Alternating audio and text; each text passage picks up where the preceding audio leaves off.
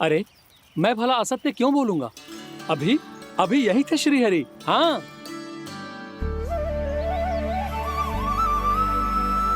हाँ, जैसे श्री हरि को तो कोई कार्य है ही ना।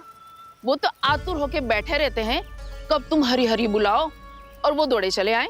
भगवान तो भक्तों के पास आने के लिए सदैव आतुर रहते हैं। बल्कि सत्य तो यह है कि भक्तों के मन में ही निवास करते हैं भगवान। भगवान तो भक्त के पास आने के लिए सदैव ही आतुर रहते हैं शंकरी मौसी। बल्कि सच्ची बात तो ये है कि भगवान हमारे मन में ही निवास करते हैं। कम से कम तू तो इसे बढ़ावा मत दे जशोदा। जब देखो जब हरि नाम की रट लगाए रहतो है। हरि बोलते बोलते ऐसो बावलो होता है कि सारा कार्य भूल जाता है। 2 दिन से अपनी मटकी के लिए चक्कर काट रही हूँ। अभी तो एक चक्कर और लगाना होगा आपको। आपकी मटकी तैयार हो गई है, अभी लाता हूँ।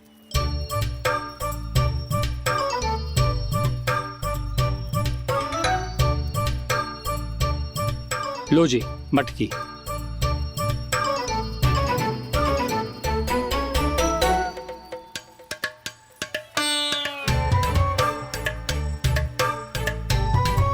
इस कच्चे मटके का क्या करूं मैं?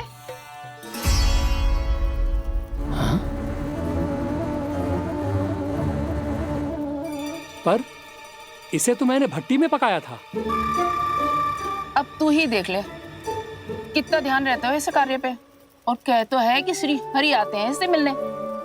हाँ आते हैं और आगे भी आएंगे हमारे श्रीहरि हमसे मिलने। और आके मोक्ष देंगे, है ना?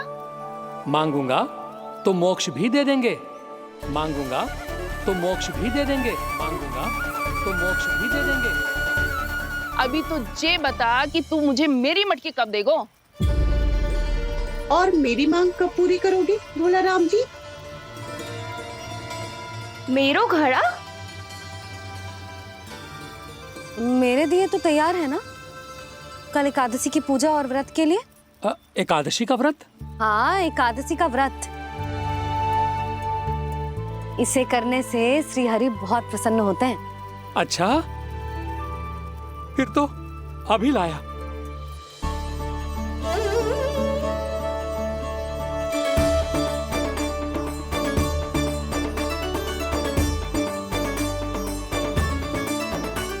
लो जी आपके दिए।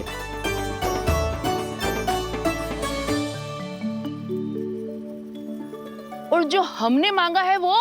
बाकी सब शेष द्वादशी के दिन मिलेगा, क्योंकि कल मैं भी एकादशी का व्रत रखूंगा, क्योंकि कल मैं भी एकादशी का व्रत रखूंगा, क्योंकि कल मैं भी एकादशी का व्रत रखूंगा।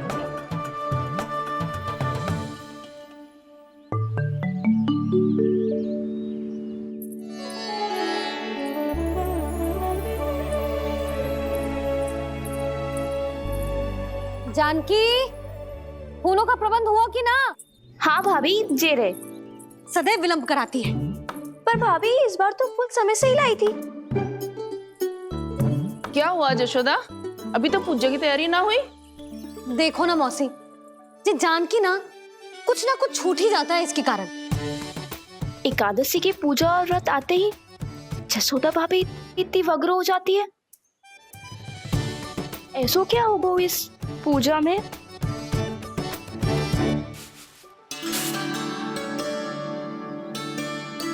ये थाली में रोली चंदन रखने से, दिया जलाने से के होगो? आपको पता भी है एकादशी का व्रत क्यों रखते हैं? क्या महत्व है इसका? लो, जे तो मैं जसोमती रानी से पूछना भूल ही गया।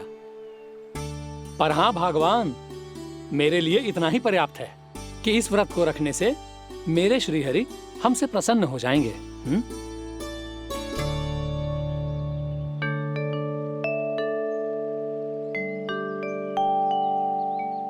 नारायण ही जाने ऐसे कैसे पूजा करते हैं जे श्री हरि की एक मूर्ति तक ना है इनके पास।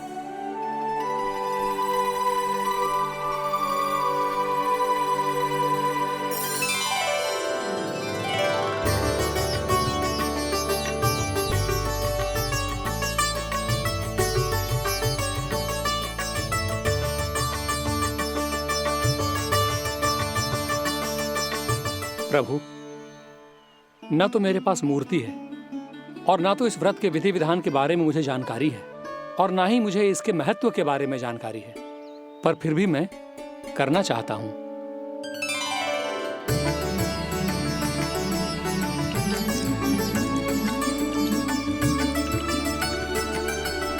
इसीलिए मैं दृढ़ संकल्प लेता हूं,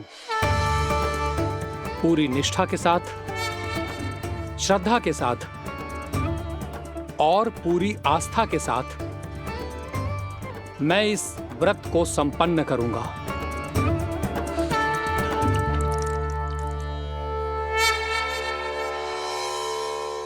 हम संकल्प लेते हैं कि एकादशी के व्रत को पूरी निष्ठा के साथ संपन्न करेंगे।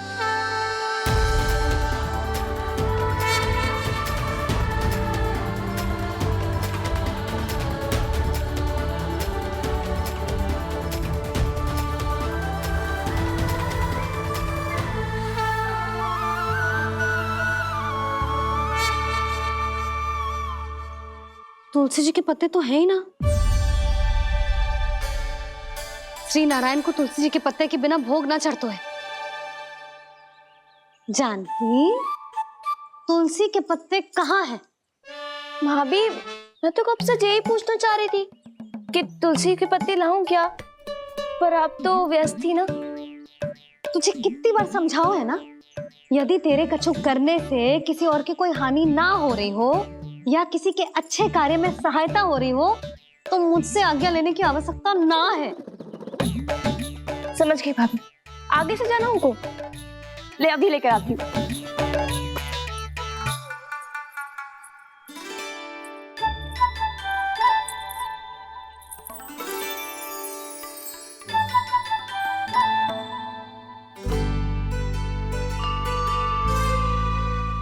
ताऊ, आपने पहले ये व्रत करो है?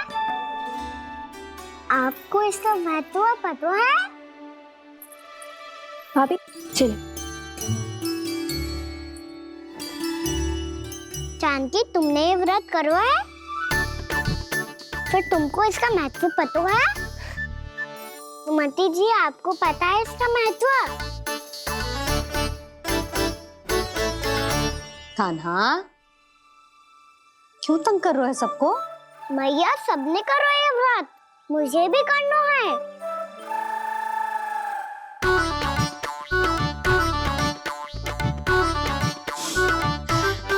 ये व्रत केवल बड़ों के लिए होती है लल्ला।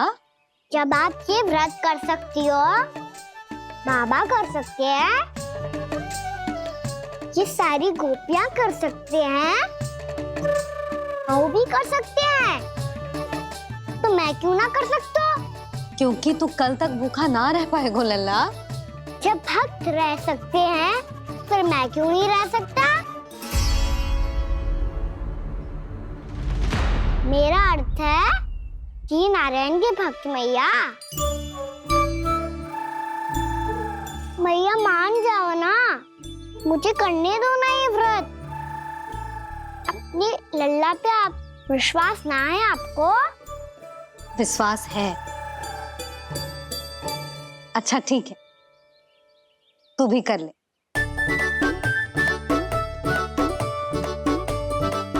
पर मैया, व्रत की कथा तो सुनाओ, मैं तो अबध हूँ ना। मुझे कैसा पता चलेगा कि ये व्रत करते क्यों हैं?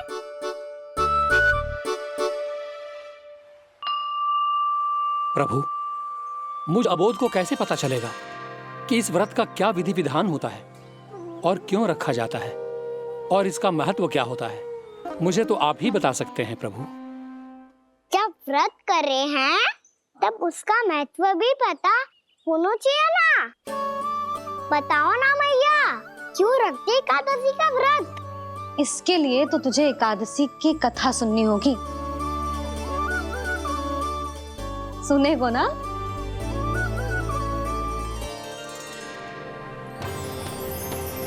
वसुदेव सुतं देवं कंस चाणूरमर्दनम् श्रीहरि, यशोदा परमानंदम्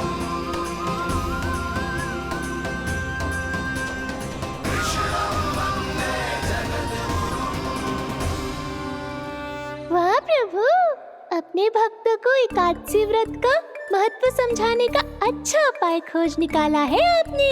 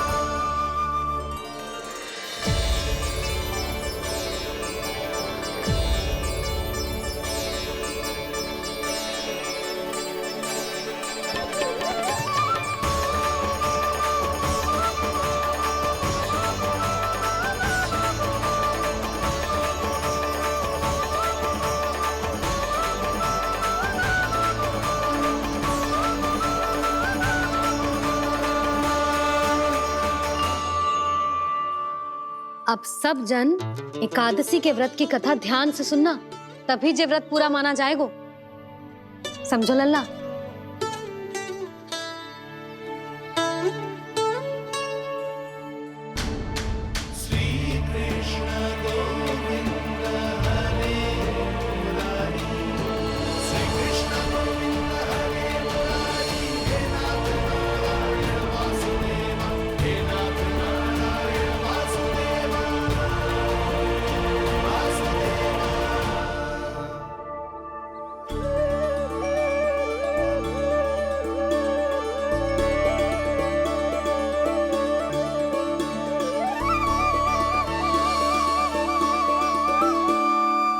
सतयुग में चंद्रावती नाम के नगर में मूरा नाम का एक असुर राज्य करता था।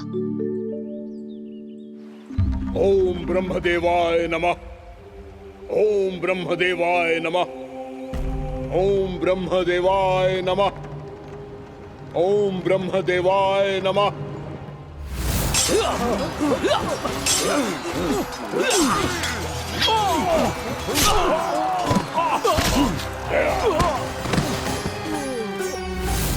ओम ब्रह्मदेवाय नमः। ओम ब्रह्मदेवाय नमः।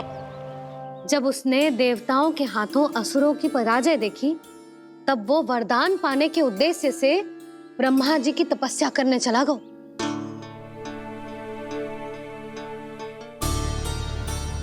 शीघ्र ही मूरा की तपस्या सफल हो गई और ब्रह्मदेव जी उससे प्रसन्न हो गए। ओम ब्रह्मदेवाय नमः। ओम ब्रह्मदेवाय नमः। ओम ब्रह्मदेवाय नमः। ओम ब्रह्मदेवाय नमः। ओम ब्रह्मदेवाय नमः। ओम ब्रह्मदेवाय नमः। ओम ब्रह्मदेवाय नमः। ओम ब्रह्मदेवाय नमः। ओम ब्रह्मदेवाय नमः। मूरा, प्रणाम ब्रह्मदेव। तुम्हारी तपस्या सफल हुई। बोलो, तुम्हें क्या वर चाहिए? सृष्टि के रचयिता ब्रह्मदेव, कृपया मुझे ऐसा वरदान दीजिए जिसकी सहायता से मैं त्रिलोकी विजयी बन जाऊं और कोई देवता मुझे पराजित ना कर सके। यहां तक कि देवताओं के रक्षक, सृष्टि के संचालक भगवान श्री विष्णु के लिए भी मैं अपराजय रहूं। तथास्तु, तथास्तु, तथास्तु। प्रणाम ब्रह्मदेव।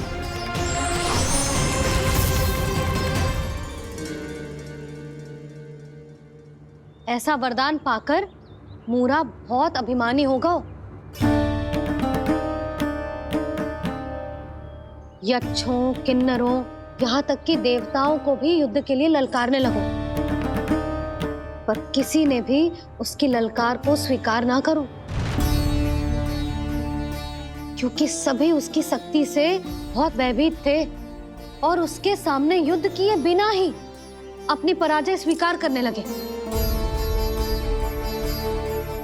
और फिर दंभ में आके उसने स्वर्ग लोक पर भी आक्रमण कर दिया और देवराज इंद्र तक को चुनौती दे डाली।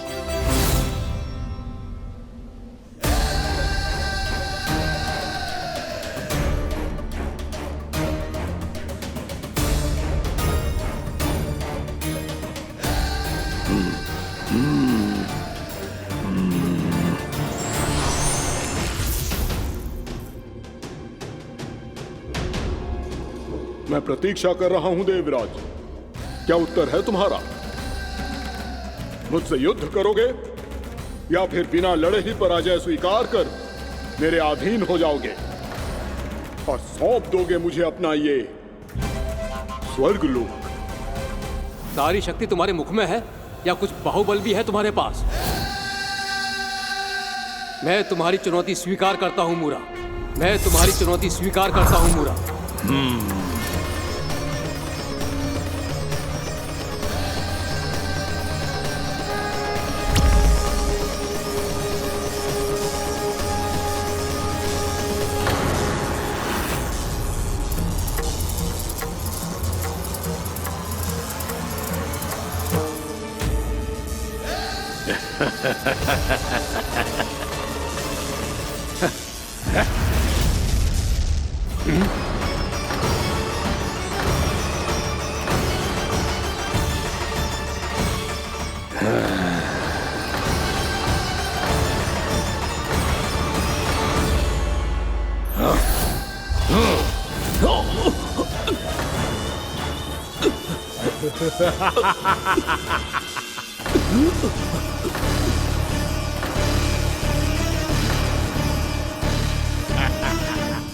ठहरिए देवगण। असुर राज मुरा को ब्रह्मदेव का आशीर्वाद प्राप्त है। आप में से कोई भी इन्हें पराजित नहीं कर पाएगा।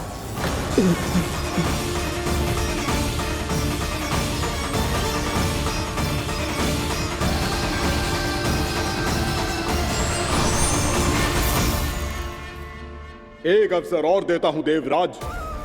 युद्ध या अधीनता, क्या उत्तर है तुम्हारा देवराज?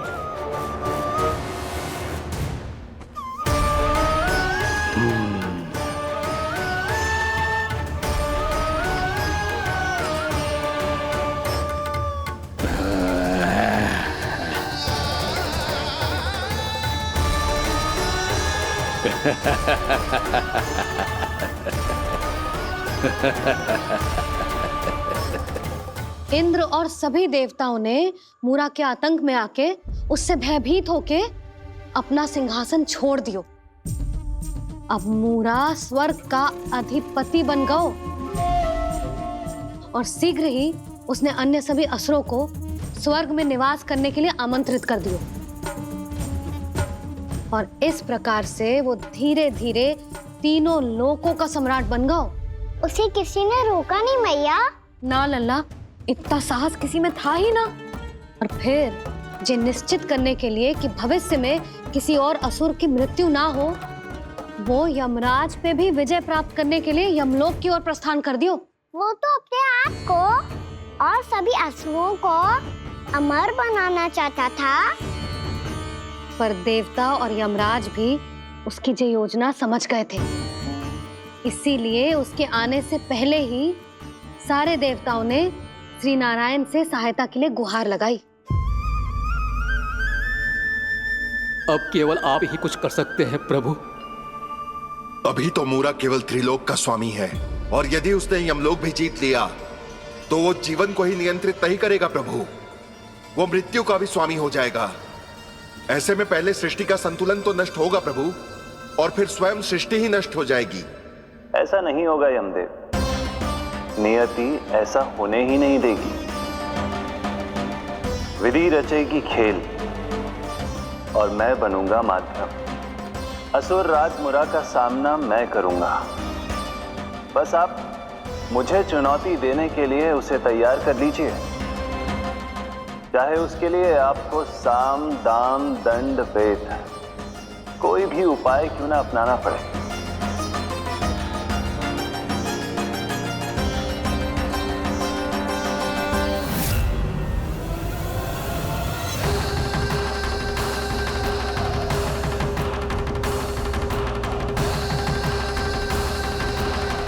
आप तो मेरी प्रतीक्षा में पहले से ही खड़े हैं यमदेव।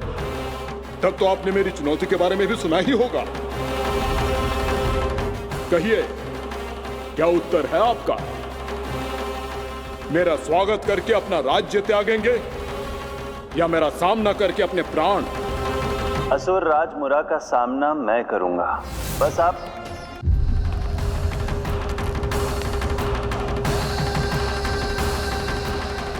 तो मेरी प्रतीक्षा में पहले से ही खड़े हैं यमदेव। तब तो आपने मेरी चुनौती के बारे में भी सुना ही होगा। कहिए, क्या उत्तर है आपका? मेरा स्वागत करके अपना राज्य त्यागेंगे या मेरा सामना करके अपने प्राण? हे असुर श्रेष्ठ, मैं आपकी अधीनता स्वीकार करने के लिए तैयार हूं। बस एक विनती है मेरी। शर्त को विनती का नाम देकर पहलाना चाहते हो मुझे यमराज? असुर राज मूरा के सामने शर्त रख पाओ, इतना सामर्थ्य नहीं है तुम में। इसका आभास है मुझे असुरराज, पर मैं आपकी अधीनता स्वीकार करूं इससे पहले आपको स्वामी धर्म का पालन करना होगा। मेरे पुराने स्वामी के क्रोध से मेरी रक्षा करनी होगी आपको। कौन है तुम्हारा पुराना स्वामी? भगवान श्री नारायण। और छोटी माँ मूरासुर को तो श्री नारायण से भी रक्षा का वरदान प्राप्त था ना? यही तो श्री नारायण की लीला थी बलराम। पर वो राक्षस अपने दम में जे समझ ही ना पाओ कि वो क्या भूल करने जा रहा है, और पहुंच गो भगवान श्री नारायण को चुनौती देने के लिए।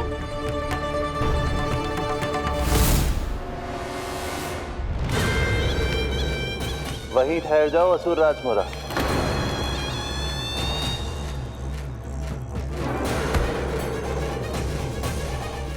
यहां क्यों आए? आपको पराजित करने और ये वैकुंठ जीतने, ताकि मैं यमलोक का स्वामी बन सकूं। फिर आओ, युद्ध भूमि में मेरा सामना करो।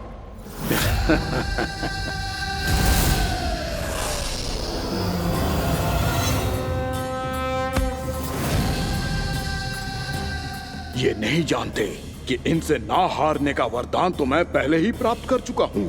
इसलिए युद्ध ठीक से आरंभ हो पाए उससे पहले ही इन्हें जीत लूंगा मैं।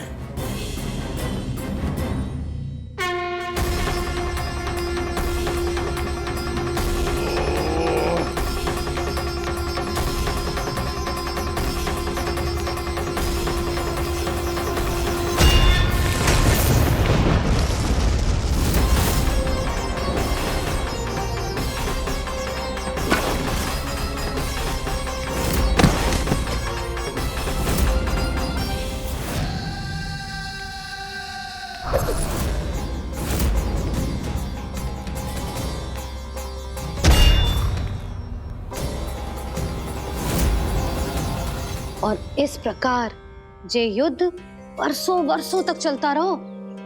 दोनों योद्धा पूरे ब्रह्मांड में अनेक अस्त्रों शस्त्रों के साथ युद्ध करते रहे।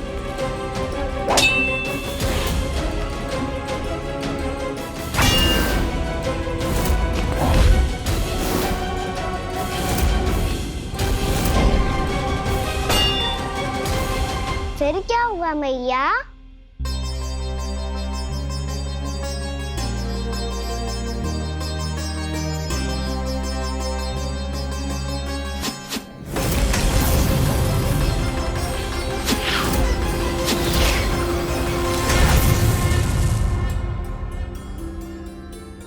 उस युद्ध को कभी समाप्त हुआ हो, पर कैसे? शीघ्र ही वो राक्षस थक गौ लल्ला।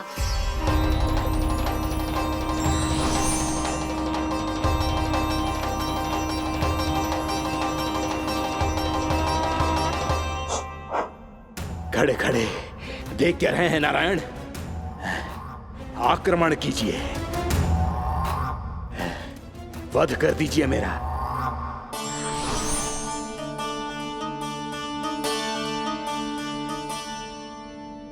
मैं तुम्हारी वीरता से प्रभावित हूं, इसीलिए इतनी थकान की स्थिति में मैं तुम जैसे वीर पर आक्रमण नहीं करूंगा। जाओ, विश्राम करो। यदि फिर से युद्ध करने की इच्छा हो तो तुम्हारा स्वागत होगा।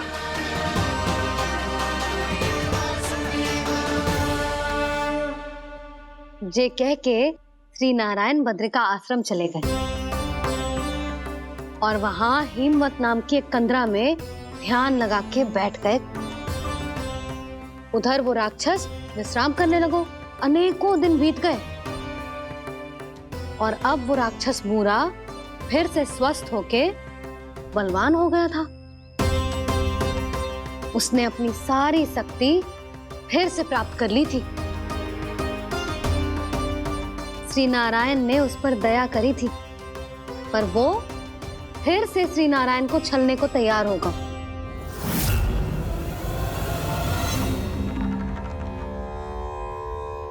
ध्यान में बैठे बैठे श्री नारायण योग निद्रा में चले गए, पर दुष्ट मूरा इसी अवसर का लाभ उठा के उनकी कंदरा में घुस आयो ताकि वो सोते हुए श्री नारायण पे आक्रमण कर सके।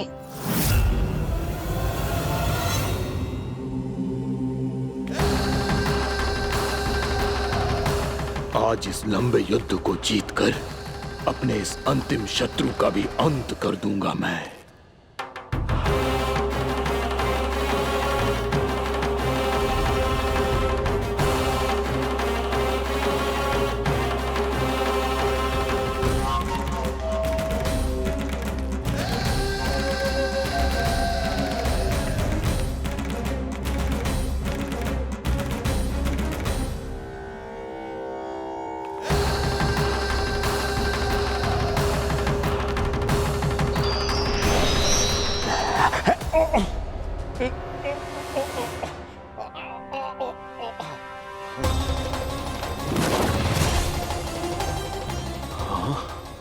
दुष्ट राक्षस,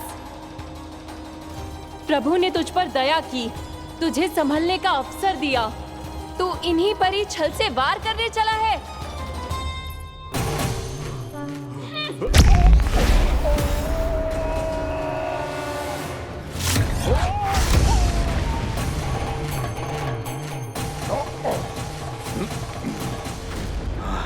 मैं अजय हूँ, मुझे कोई पराजित नहीं कर सकता। ब्रह्मा का वरदान है मुझे। तूने नारायण से अपराजय होने का वरदान मांगा था मूर्ख। उनकी शक्ति से नहीं, ध्यान से देख। मैं तेरी मृत्यु हूँ, मृत्यु।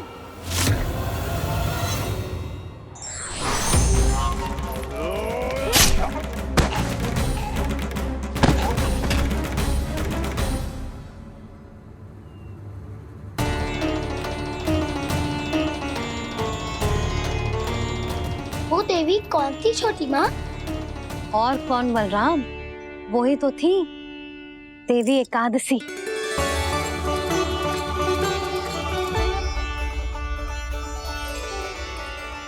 मुझे क्षमा कीजिए प्रभु, आपकी आज्ञा के बिना ही युद्ध करके आपके शत्रु को मृत्यु के घाट उतार दिया।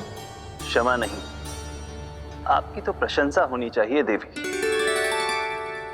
असुर राज को मारकर आपने सभी देवताओं को मुक्त करवाया है। इस पापी के अहंकार से तीनों लोकों की रक्षा की है आपने। आप एकादशी की तिथि पर मेरी एकादश इंद्रियों से उत्पन्न हुई हैं। इसीलिए मेरे सभी भक्त आपको उत्पन्न एकादशी के नाम से जानेंगे। सभी तिथियों में आपका स्थान सर्वश्रेष्ठ होगा। जिस तरह आपने राक्षस के आक्रमण से मेरी रक्षा की है, उसी प्रकार एकादशी के दिन व्रत करके जो भी भक्त आपकी कथा सुनेगा, मैं स्वयं उसकी रक्षा करूंगा। जो आपकी पूजा करेगा उसे मेरी विशेष कृपा प्राप्त होगी और उसके साथ साथ उसे मिलेगा धन, सिद्धि और मोक्ष।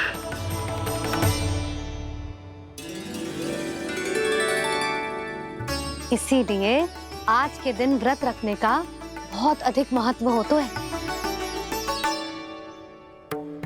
बोलो एकादशी मैया की जय। बोलो श्री नारायण भगवान की जय।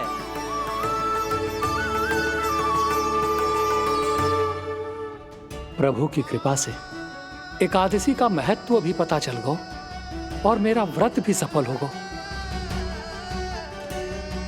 अभी नहीं भूला राम, एकादशी का व्रत पूरी तरह तभी सफल होता है जब द्वादशी के दिन उसे पूरा किया जाता है।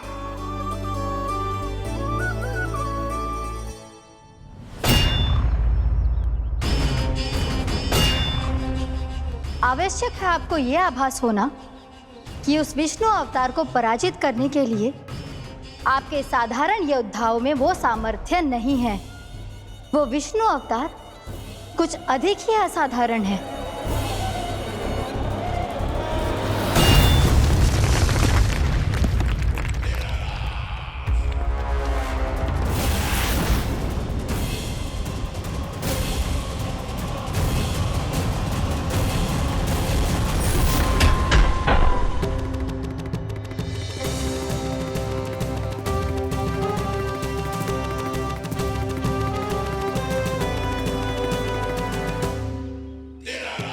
अब मैं दिखाऊंगा उस विष्णु अवतार को असाधारण शत्रु क्या होता है।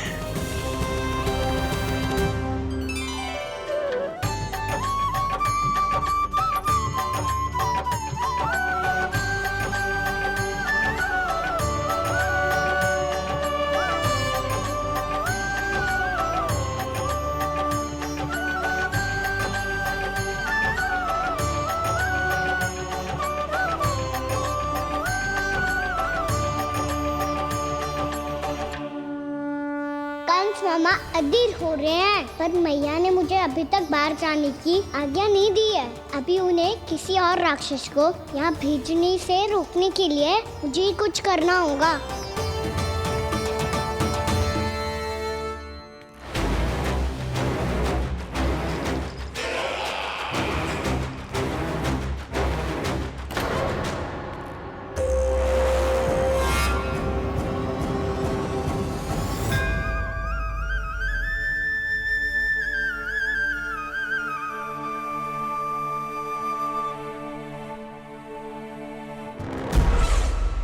कौन हो तुम? बचपन से ही मुझे मारने का सपना देख रहे हैं, फिर मुझे ही नहीं पहचानते।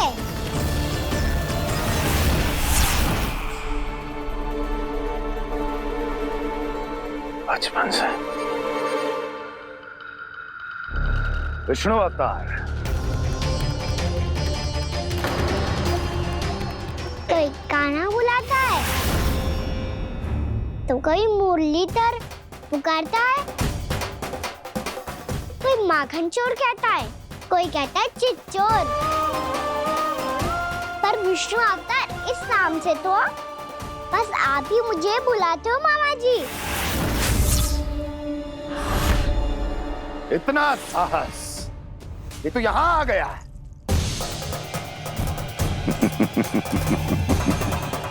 यहाँ आ तो गया तू विष्णु अवतार, किंतु यहाँ से जीवित नहीं जाएगा। तेरे इस शीश को तेरे धड़ से अलग कर दूंगा मैं।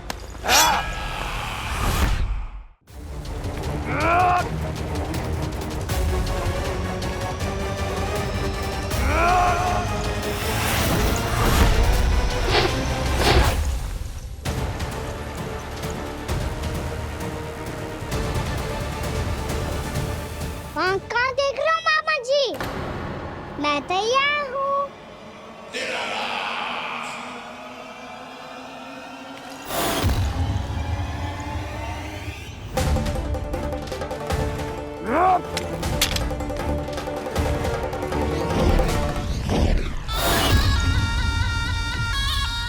मामा जी, आप सदैव इसी तरह क्रोध में रहते हो क्या?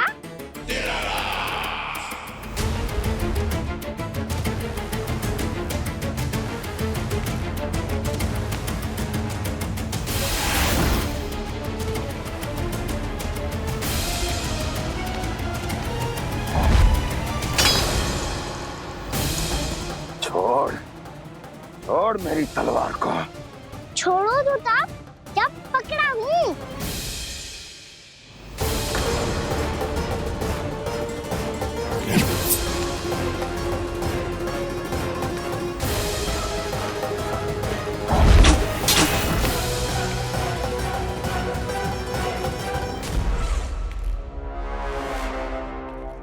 मामा जी,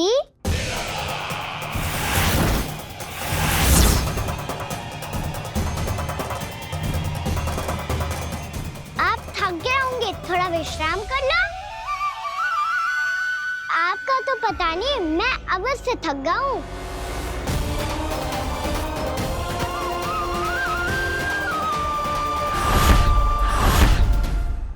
मेरे सिंहासन पर बैठने का तू साहस।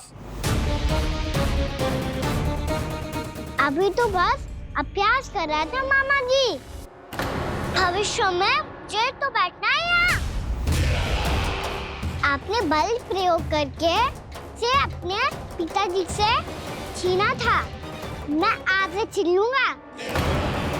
जो छल और बल से लिया जाए वो अधिक समय तक टिकता नहीं है मामा जी।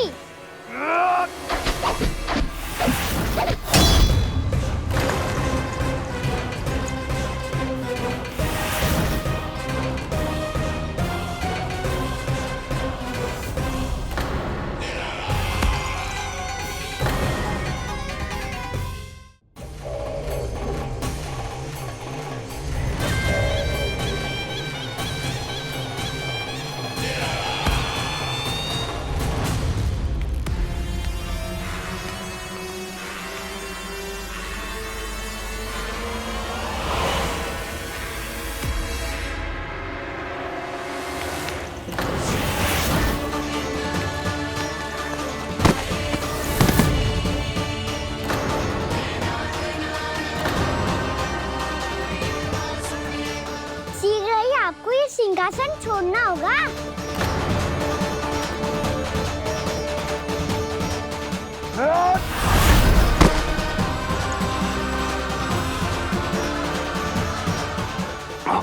वो मेरा सिंहासन छीनना चाहता है। वो आ रहा है, वो आ रहा है। सैनिकों, दुर्जन, बंद कर दो सभी द्वार और झरोखे, सबके सब। इसकी हर संभावना पर इतना कड़ा पहरा बिठा दो कि ना तो कोई महल के भीतर आ सके, ना कोई बाहर जा सके। मुझे महल की चप्पे चप्पे की सूचना चाहिए। जाओ।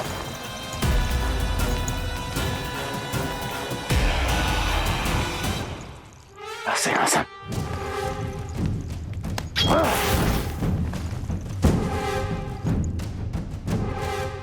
अब आ, दुष्ट मायावी, ए छलिया विष्णु अवतार, मैं कंस तेरी प्रतीक्षा कर रहा हूँ। देखता हूँ मेरे सिंहासन पर कैसे बैठता है तू। मुझे तो बस कुछ समय चाहिए था, वो मिल गया। अब करते रहिए आप प्रतीक्षा।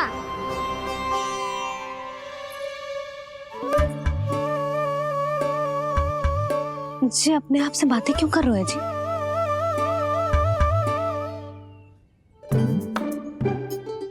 आप मुस्कुरा क्यों रहे हो?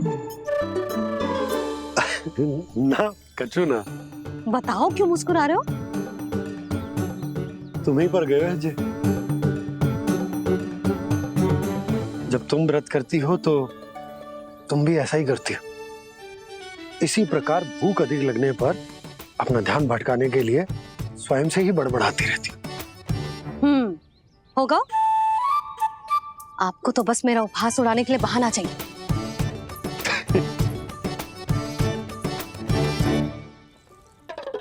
लल्ला, भूख लगी है? ना मैया, व्रत करे तो भूख कैसे लगेगी?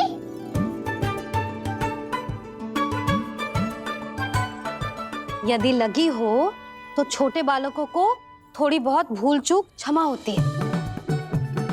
कछु ना तो फल तो तू खा ही सकते है। अब तो पूरे नियम और विधि विधान से व्रत तोड़ूंगा।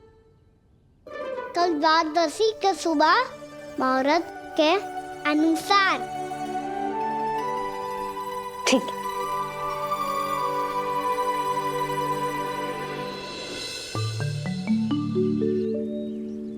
लल्ला, एकादशी समाप्त हो गई है, द्वादशी लग गई है। अब तू व्रत तोड़ सकता है, भोजन कर ले। ले।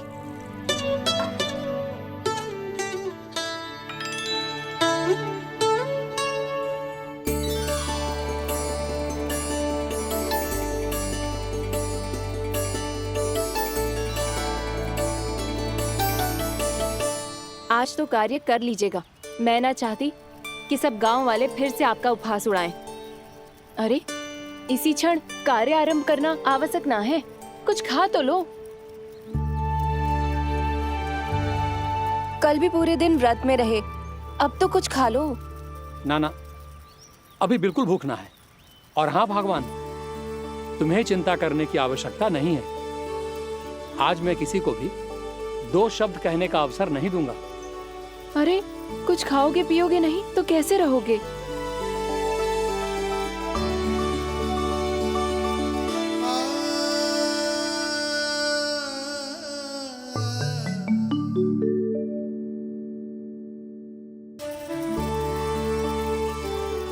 अरे, इसी क्षण कार्य आरंभ करना आवश्यक ना है। कुछ खा तो लो। ना, अभी बिल्कुल भूख ना है। और हाँ भगवान, तुम्हें चिंता करने की आवश्यकता नहीं है। आज मैं किसी को भी 2 शब्द कहने का अवसर नहीं दूंगा। ठहर,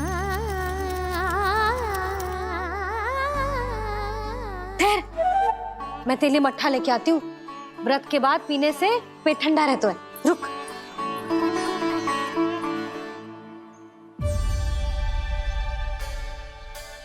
भक्तों ने अभी तक व्रत नहीं तोड़ा है, मैं कैसे तोड़ लूं? भूख कहाँ से होगी? श्री हरि नाम से पेट तो भर लेते हो। श्री हरि, श्री हरि, श्री हरि।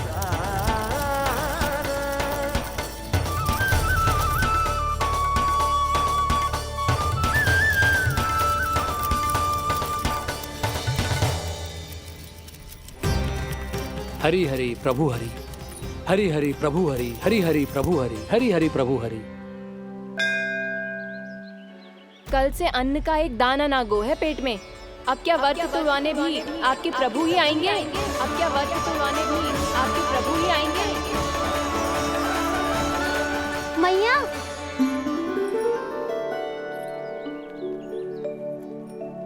मैया पहले व्रत तोड़ के कच्चू खा तो लो।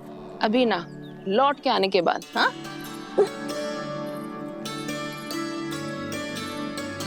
बलराम, ठहरो पुत्र, पहले कुछ खा लो। व्रत तोड़ना आवश्यक होता है। मैया ने एकादशी का महत्व बताया। लगता है मुझे सबको द्वादशी पर व्रत तोड़ने समाप्त करने का महत्व बताना होगा। हरि हरि हरि हरि हरि, मेरे हरि।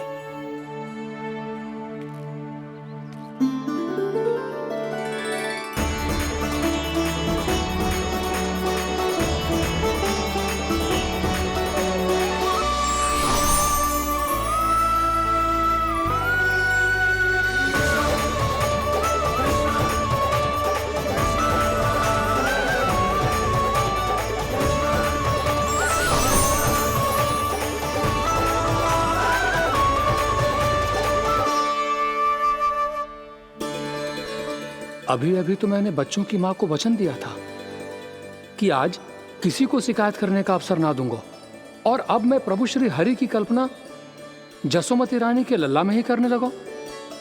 ना, ये ठीक ना है।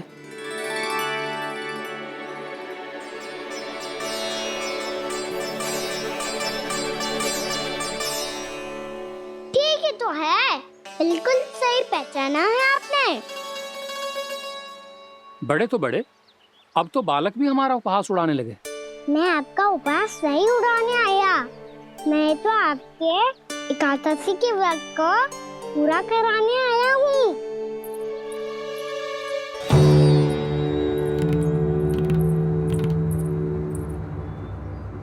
कान्हा,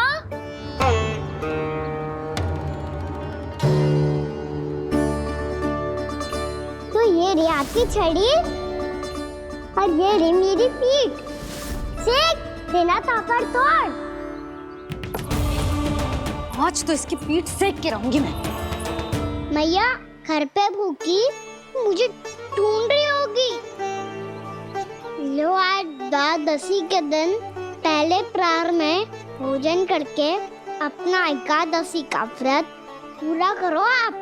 धन्यवाद राजकुमार, पर अभी हमें भूख नहीं है। बहुत सारा काम पड़ा है और अभी थोड़ी ही देर में शंकरी बहन भी अपनी मटकी लेने आती होंगी।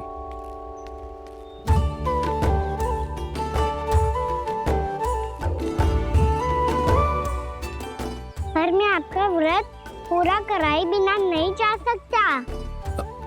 भला क्यों? भक्त भूखा रहे और भगवान खा ले, ऐसा हो सकता है भला?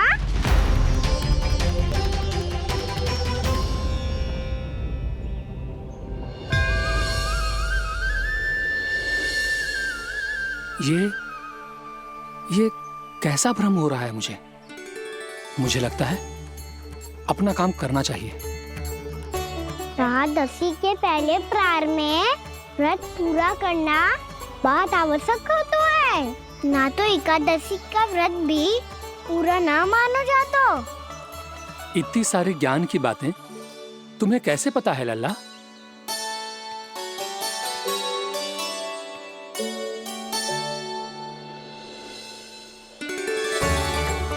जैसे एकादशी की कथा होती है, वैसे द्वादशी की महिमा भी एक बहुत महत्वपूर्ण कथा है।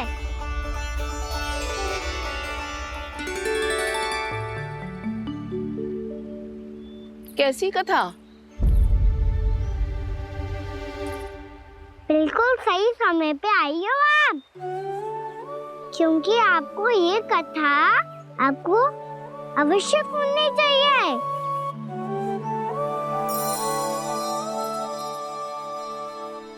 मुझे क्यों? पहले सुन तो लिया, फिर स्वयं ही पता चल जाएगा। बहुत समय पहले एक राजा हुआ करते थे, राजा अम्बरीश। भगवान श्री हरि के बहुत बड़े भक्त थे। ओम नमो नारायणाय। ओम नमो नारायणाय।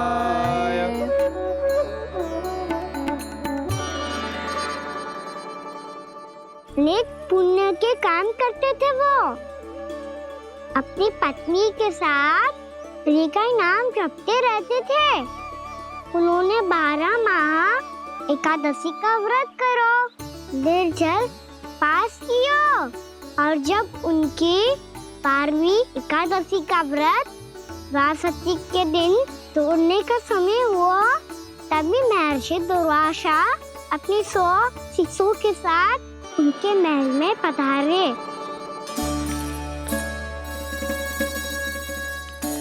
प्रणाम स्वीकार करें महर्षि। आप जैसे महान ऋषि मेरे राज्यसभा में आए, वो भी ऐसे अवसर पर जब मैं और मेरी पत्नी निरंतर 12 एकादशियों के बाद अंतिम एकादशी का व्रत तोड़ेंगे। इससे बड़े सौभाग्य की क्या बात हो सकती है हमारे लिए? आज आपके साथ साथ मेरा और मेरे शिष्यों का एकादशी व्रत भी पूरा होगा। संभव है प्रभु की इच्छा यही हो कि हम सब अपना व्रत एक साथ तोड़ें। ये तो अत्यधिक प्रसन्नता की बात है महर्षि। तो फिर ठीक है, हम सब यात्रा से थके हैं। व्रत तोड़ने से पहले हम स्नान करना चाहते हैं। जैसी आपकी इच्छा महर्षि। जब तक आप लोग लौटेंगे तब तक आपके सारे प्रबंध यहाँ हो चुके होंगे।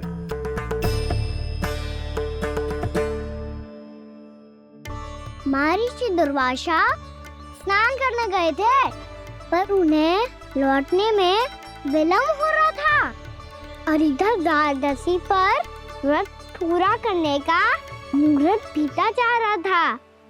महाराज अम्बरीश बड़ी विरगता के साथ महर्षि दुर्वासा के लौटने की प्रतीक्षा कर रहे थे। महाराज, व्रत तोड़ने का मुहूर्त बीता जा रहा है। बस कुछ ही समय बचा है। महर्षि और उनके शिष्यों को लौटने में न जाने कितना समय लग जाएगा। मेरा सुझाव है कि आप मुहूर्त समाप्त होने से पहले व्रत अवश्य तोड़ लें। गुरुदेव, हमने महर्षि दुर्वासा को वचन दिया है कि जब तक वो लौटेंगे नहीं तब तक हम व्रत नहीं तोड़ेंगे। इसीलिए मैं उनके लौटने के बाद ही भोजन ग्रहण करूंगा। पर महाराज, मुहूर्त यदि बीत गया और समय रहते हुए नहीं आए तो महाराज आपका व्रत पूरा नहीं होगा। महाराज आपको उसका फल नहीं मिलेगा। महाराज 12 एकादशियों का व्रत व्यर्थ चला जाएगा। किंतु गुरुदेव, यदि मैंने भोजन कर लिया तो ये तो अतिथियों का अपमान होगा। आप उचित कह रहे हैं महाराज। भोजन के लिए उनकी प्रतीक्षा अवश्य कीजिए महाराज। पर मुहूर्त रहते हुए एक तुलसी का पत्ता और जल ग्रहण कर लीजिए। इससे आपका व्रत भी पूरा हो जाएगा और अतिथि का मान भी रह जाएगा। आपका सुझाव अच्छा है गुरुदेव।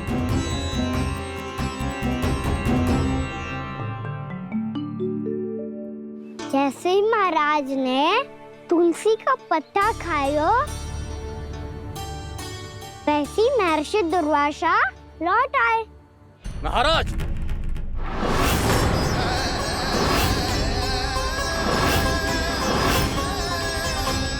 महाराज को उपास तोड़ते देखते बहुत क्रोधित हो गए।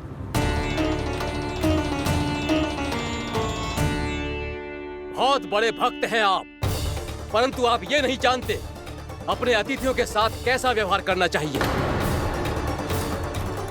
आपने हमें साथ भोजन करने का वचन दिया था, पर अपना व्रत क्यों तोड़ा आपने? महर्षि, मैंने भोजन नहीं ग्रहण किया। कहीं मुहूर्त न निकल जाए इस कारण मैंने एक तुलसी का पत्ता ग्रहण कर लिया। 56 भोग खाया हो या एक पत्ता, अपना व्रत तोड़कर अतिथियों का अपमान किया है, मेरा अपमान किया है। अब आपको दंड भोगना होगा ताकि आप सीख पाएं कि अतिथियों के साथ कैसा व्यवहार होना चाहिए। महर्षि, आप जो भी दंड मुझे देंगे मुझे स्वीकार है, किंतु आप क्रोधित मत होइए। क्रोध का कारण आपने दिया है महाराज। एक महर्षि का अपमान करके राक्षसी प्रवृत्ति का परिचय दिया है आपने। इसीलिए अब एक राक्षसी आपको दंड देगी।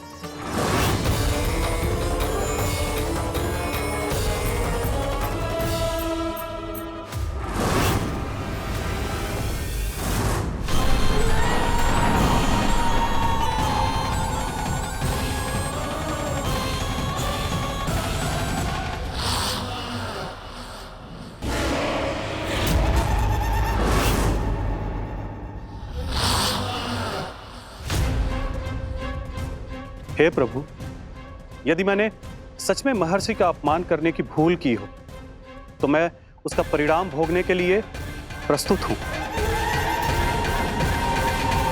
ओम नमो नारायणाय, ओम नमो नारायणाय नमः। महर्षि दुर्वासा को यह आभास ही नहीं था कि महाराज अम्बरीश ने उनका अपमान नहीं किया था। फिर भी उसे अपमान मान के वो श्री नारायण के भक्त पे संदेह कर रहे थे। मैंने भी तो भोला राम की भक्ति पे संदेह किया था। हे नारायण, ये क्या पाप हो गया मुझसे? संदेह किसी अपमान से कम ना हो तो, और भगवान सब सह सकते हैं, पर उनके प्रिय भक्तों का अपमान सहन ना कर सकते। इसीलिए उन्होंने अस्त्रक्षेप करने का निर्णय लिया।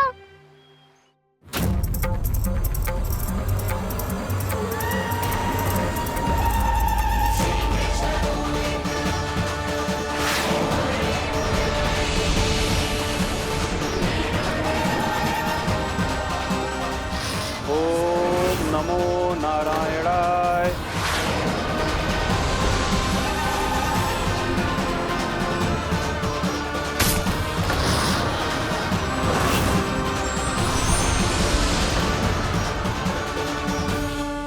और फिर भगवान का वो सुदर्शन चक्र महर्षि दुर्वासा के पीछे पड़ गया। ये चक्र तो मेरी ओर बढ़ रहा है। ओम नमो नारायणाय। ये कैसे संभव हो सकता है?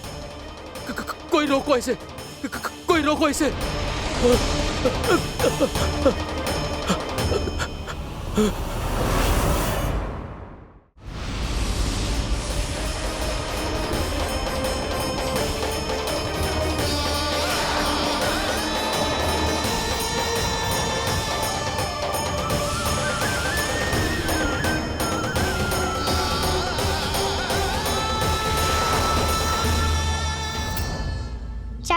अपने प्राण कैसे तैसे बचाते बचाते महर्षि दुर्वासा ब्रह्मलोक जहाँ पहुँचे।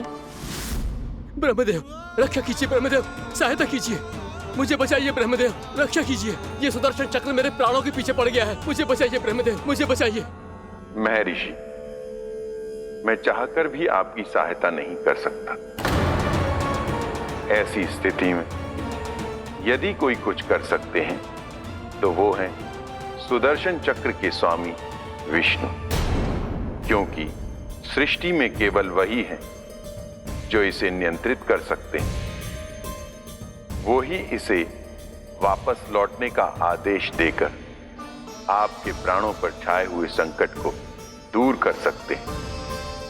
किंतु हां, मैं सुदर्शन चक्र से इतना अवश्य कहूंगा कि जब तक आप विष्णु लोक में पहुंच नहीं जाते, वो आपको किसी भी प्रकार की हानि ना पहुंचाए। आपका बहुत बहुत धन्यवाद, आपकी सदा ही जय हो।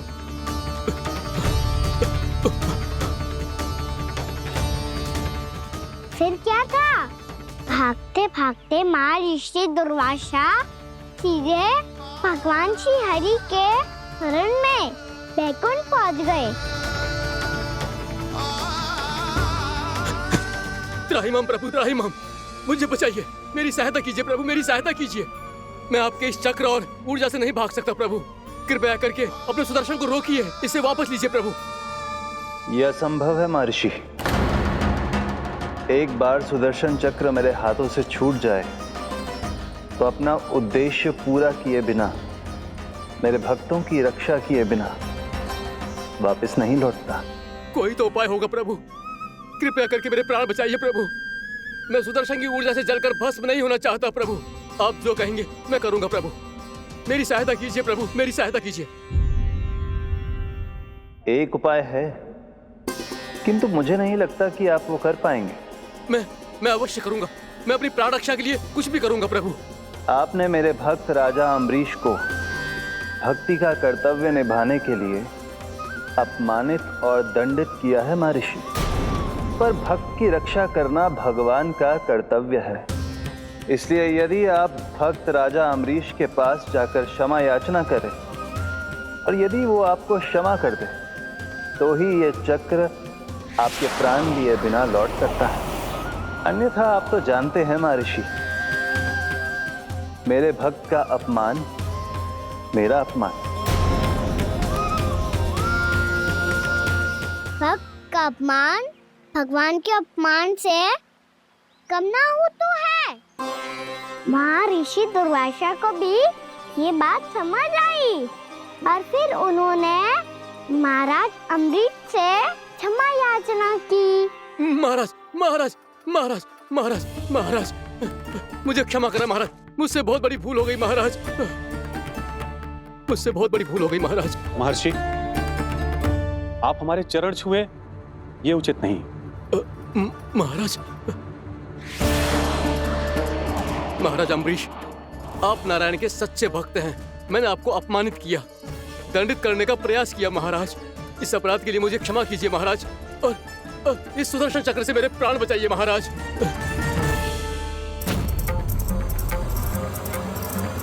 हे महान सुदर्शन, यदि महर्षि के लिए मेरे हृदय में अभी भी वही सम्मान और प्रेम हो जो इनके प्रथम आगमन पे था, तो कृपया आप अपने धाम वापस लौट जाइए।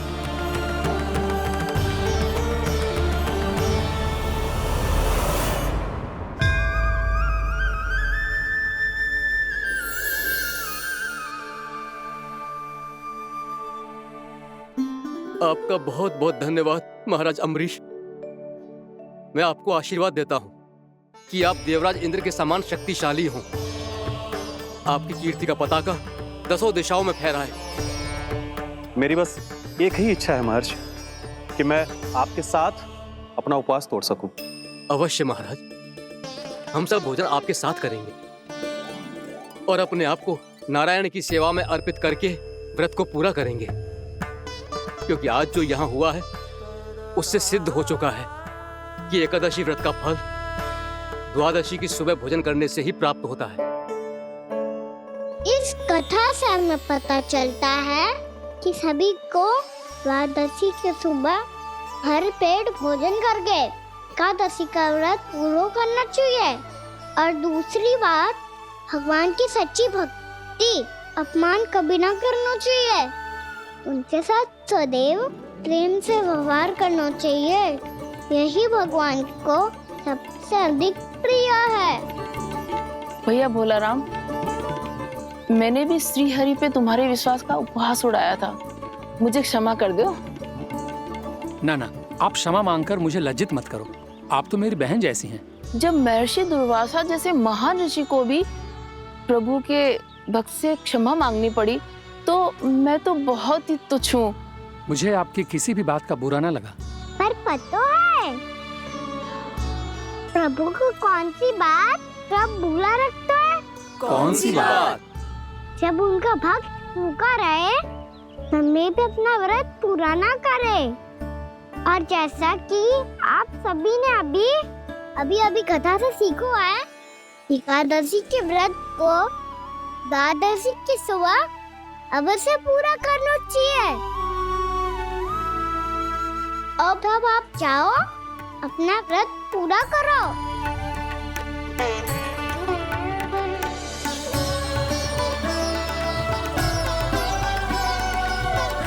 मैं आपके लिए जल लेके आती हूँ।